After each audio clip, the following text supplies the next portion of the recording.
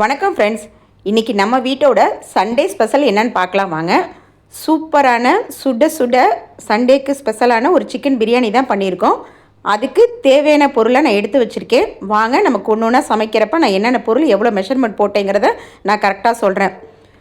பாருங்கள், நான் எந்த அளவுக்கு எல்லா ஜாமானும் கரெக்டாக எடுத்து வச்சுருக்கோம். நம்ம சமைக்கிறப்ப எல்லாத்தையும் எடுத்து வச்சுருந்தா தான் நமக்கு சமையல் பண்ணுறப்ப ஈஸியாக இருக்கும். இல்லை அந்த டைமில் நீங்கள் பண்ணிங்கன்னா சாப்பாடு ஓரளவுக்கு தீஞ்சு போயிடும். அதனால் எப்போவுமே சமைக்கிறப்ப எல்லாத்தையும் ரெடியாக ப்ரிப்பேர்டாக எடுத்து வச்சுட்டு நீங்கள் சமைக்க ஆரம்பிங்க. இது ஒரு குட்டி டிப்ஸ்னு கூட எடுத்துக்கலாம். நான் இன்றைக்கி எல்லாத்தையும் ப்ரிப்பேர்டாக எடுத்து வச்சுருக்கேன். வாங்க சமைக்கிறப்ப அதுக்கு என்னென்ன பொருள் நம்ம சேர்த்தோங்கிறத சொல்லலாம் வாங்க. நான் இன்றைக்கி ஒரு பாத்திரத்தை நல்லா சூடு பண்ணிவிட்டு அதுக்கு நம்ம தேவையான அளவுக்கு நான் ஃபஸ்ட்டு நெய்யை ஆட் பண்ணிக்கிறேன். நான் இன்றைக்கி ஒரு 4 டேபிள் ஸ்பூன் அளவுக்கு நெய் ஆட் பண்ணியிருக்கேன். அதே அளவுக்கு ஈக்குவலாக ஒரு 4 டேபிள் ஸ்பூன் அளவுக்கு நம்ம ரீஃபண்ட் ஆயில், நம்ம எப்போவுமே சமையலுக்கு பயன்படுத்தும் பார்த்திங்களா, அதை நம்ம ஆட் பண்ணியிருக்கோம். அது ரெண்டும் நல்லா சூடானதுக்கப்புறம் தாளிப்புக்கு பட்டை, கிராம்பு, ஏலக்காய், பிரியாணி இலை, ஒரு அன்னாசிப்பூ, இது எல்லாத்தையும் நம்ம வாசனைக்கு நம்ம ஃபஸ்ட்டு சேர்த்துட்றோங்க. சேர்த்துட்டு அது நல்லா பொரிஞ்சு வந்ததுக்கப்புறம் இதுக்கு ஸ்பெஷலே பார்த்தீங்கன்னா ரொம்ப டேஸ்ட்டு கொடுக்கக்கூடியது இந்த சின்ன வெங்காயம் தாங்க. நான் இன்றைக்கி ஒரு 1/2 கிலோ பிரியாணிக்கு ஒரு 150 கிராம் அளவுக்கு நான் சின்ன வெங்காயத்தை உரித்து மிக்சியில் ஒன்றும் பாதியுமாக நான் இடித்து வச்சுருக்கேன். அதை தான் இந்த தாளிப்பு பொருள் தாளித்ததுக்கப்புறம் சின்ன வெங்காயத்தை ஆட் பண்ணுறேன். அது நல்லா ஒரு கோல்டன் ப்ரௌன் கலர் ஆகிற வரைக்கும் நல்லா நம்ம வதக்கி கொடுக்கலாங்க. இது தாங்க இந்த சாப்பாட்டுக்கே ரொம்ப டேஸ்ட்டு கொடுக்கும். இது மாதிரி நீங்கள் ஒரு தடவை ட்ரை பண்ணி பாருங்கள், பிரியாணி ரொம்பவே சூப்பராக இருக்கும். அது நல்லா வதங்கி வந்ததுக்கப்புறம் நான் இன்றைக்கி ஒரு 5 பச்சை மிளகா சேர்த்துருக்கேங்க காரத்துக்கு. அது வந்து ஒரு நீல வாக்கில் கட் பண்ணி போட்டு ஒரு லைட்டாக ஒரு கீரல் கொடுத்து தான் நான் போட்டிருக்கேன். இந்த 1/2 கிலோ பிரியாணிக்கு பார்த்திங்கன்னா ஒரு 400 கிராம் அளவுக்கு நான் பெரிய வெங்காயத்தை நீல வாக்கில் கட் பண்ணியிருக்கேன். அதை நல்லா கட் பண்ணிவிட்டு நைஸாக கட் பண்ணி நம்ம அதையும் நம்ம பிரியாணியோடு சேர்த்து நல்லா, சாரிங்க கொஞ்சம் இடையில கொஞ்சம் பிரேக் ஆன மாதிரி ஆயிடுச்சு. அதையும் நல்லா கொஞ்சம் கல்லுப்பு போட்டுட்டு வதக்கி கொடுங்க. பெரிய வெங்காயமும் நல்லா கோல்டன் ப்ரௌன் கலரில் வதங்கணுங்க. அப்போ தாங்க சாப்பாடு ரொம்பவே டேஸ்ட்டாக இருக்கும். நான் இன்றைக்கி இந்த பிரியாணி செய்கிறதுக்கு ஜீரக சம்பா ரைஸ் தாங்க எடுத்திருக்கேன். இது வந்து பார்த்திங்கன்னா பழைய ஜீரக சம்பா தான், கொஞ்சம் நல்லாயிருக்கும். அரிசி வந்து உடையாமல் வரும். அதுதான் இன்றைக்கி ஒரு 1/2 கிலோ அளவுக்கு எடுத்திருக்கேன். பாருங்கள், அதுக்குள்ளே வெங்காயம் நல்லா கோல்டன் ப்ரௌன் கலரில் வதங்கிருச்சு. நீங்கள் எப்போவுமே பிரியாணி செய்கிறப்ப தக்காளியும் வெங்காயத்தோடு சேர்த்துறாதீங்க. அதோட புளிப்பு பார்த்திங்கன்னா நமக்கு சாதத்தையோட டேஸ்ட்டே கொஞ்சம் மாற்றி கொடுக்கும். அதனால் நான் எப்போவுமே கடைசியாக தான் நான் தக்காளி ஆட் பண்ணுவேன். வெங்காயம் நல்லா வதங்கினதுக்கப்புறம் ஒரு 4 டேபிள் ஸ்பூன் அளவுக்கு இஞ்சி பூண்டு பேஸ்ட்டு நான் ஆட் பண்ணியிருக்கேங்க. அந்த இஞ்சி பூண்டோட பச்சை வாசனை போகிற அளவுக்கு நீங்கள் நல்லா வதக்கி கொடுங்க. அதுக்கப்புறம் ஒரு கைப்பிடி அளவுக்கு புதினா, ஒரு கைப்பிடி அளவுக்கு மல்லித்தலை, அது ரெண்டையும் சேர்த்துட்டு ஒரு 2 நிமிஷம் வதக்குனிங்கனாலே நல்லா வதங்கிடும். அதுக்கப்புறம் நம்ம ஏற்கனவே 1/2 கிலோ சிக்கனை வந்து மஞ்சத்தூள் போட்டு நல்லா வாஷ் பண்ணி எடுத்து வச்சுருக்கோம். அந்த சிக்கனையும் நீங்கள் அதிலே ஆட் பண்ணிடுங்க.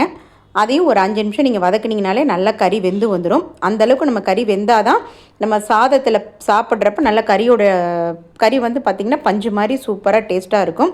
ஒரு 5 நிமிஷம் நீங்கள் வதக்குனிங்கனாலே கறி ஓரளவுக்கு, சிக்கன் தானே ஈஸியாகவே வெந்துடுங்க. அந்த சிக்கன் வேகிற கேப்பில் நம்ம வந்து அரிசியை ஊற வச்சிடலாம். அரிசி வந்து ஒரு 10 நிமிஷத்துலேருந்து 15 நிமிஷம் வரைக்கும் நமக்கு ஊறினா தான் சாதம் வந்து மெதுவாக இருக்கும். அதனால் நான் இன்றைக்கி ஒரு 1/2 கிலோ அரிசி எடுத்துருந்தேன் பார்த்திங்களா, அதை வந்து வேறு ஒரு பாத்திரத்தில் மாற்றிட்டு அதோட கழனியெல்லாம் போகிற அளவுக்கு ஒரு 2லேருந்து 3 தடவை நான் வாஷ் பண்ணி எடுத்துக்கிறேங்க. வாஷ் பண்ணிவிட்டு ஒரு 10லேருந்து 15 நிமிஷம் நான் அதை ஊற வச்சிட்றேன். அது பாட்டுக்கு ஒரு பக்கம் ஊறிட்டு இருக்கட்டும்.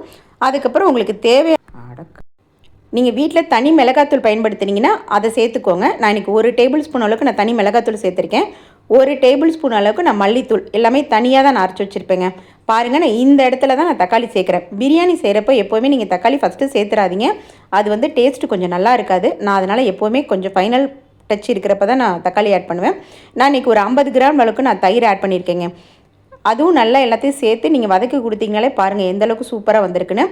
1க்கு 2 பங்கு அளவுக்கு நம்ம தண்ணி எடுக்கணுங்க.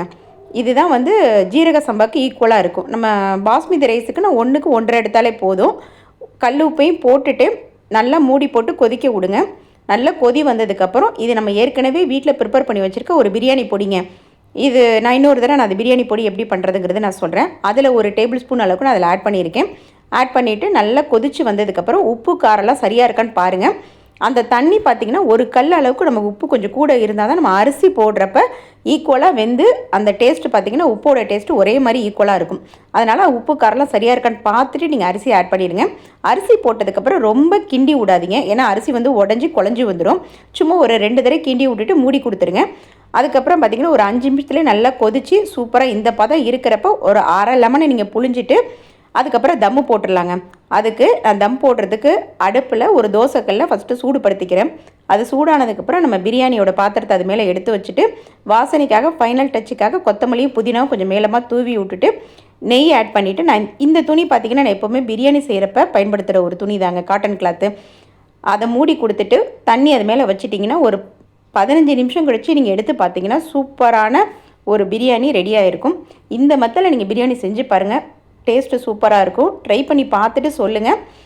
சின்ன வெங்காயத்தை நம்ம 1-2 இடித்து போடுறப்ப அதோட வாசனை வந்து அதில் சாப்பாட்டில் இறங்கி சாப்பாடு ரொம்பவே டேஸ்ட்டாக இருக்குங்க. ட்ரை பண்ணி பார்த்துட்டு சொல்லுங்கள். சாப்பாடு பாருங்கள் எவ்வளோ சூப்பராக உதிரியாக நல்லா இருக்குன்னு. ட்ரை பண்ணி பார்த்துட்டு சொல்லுங்கள் friends. Thank you. Have a nice day.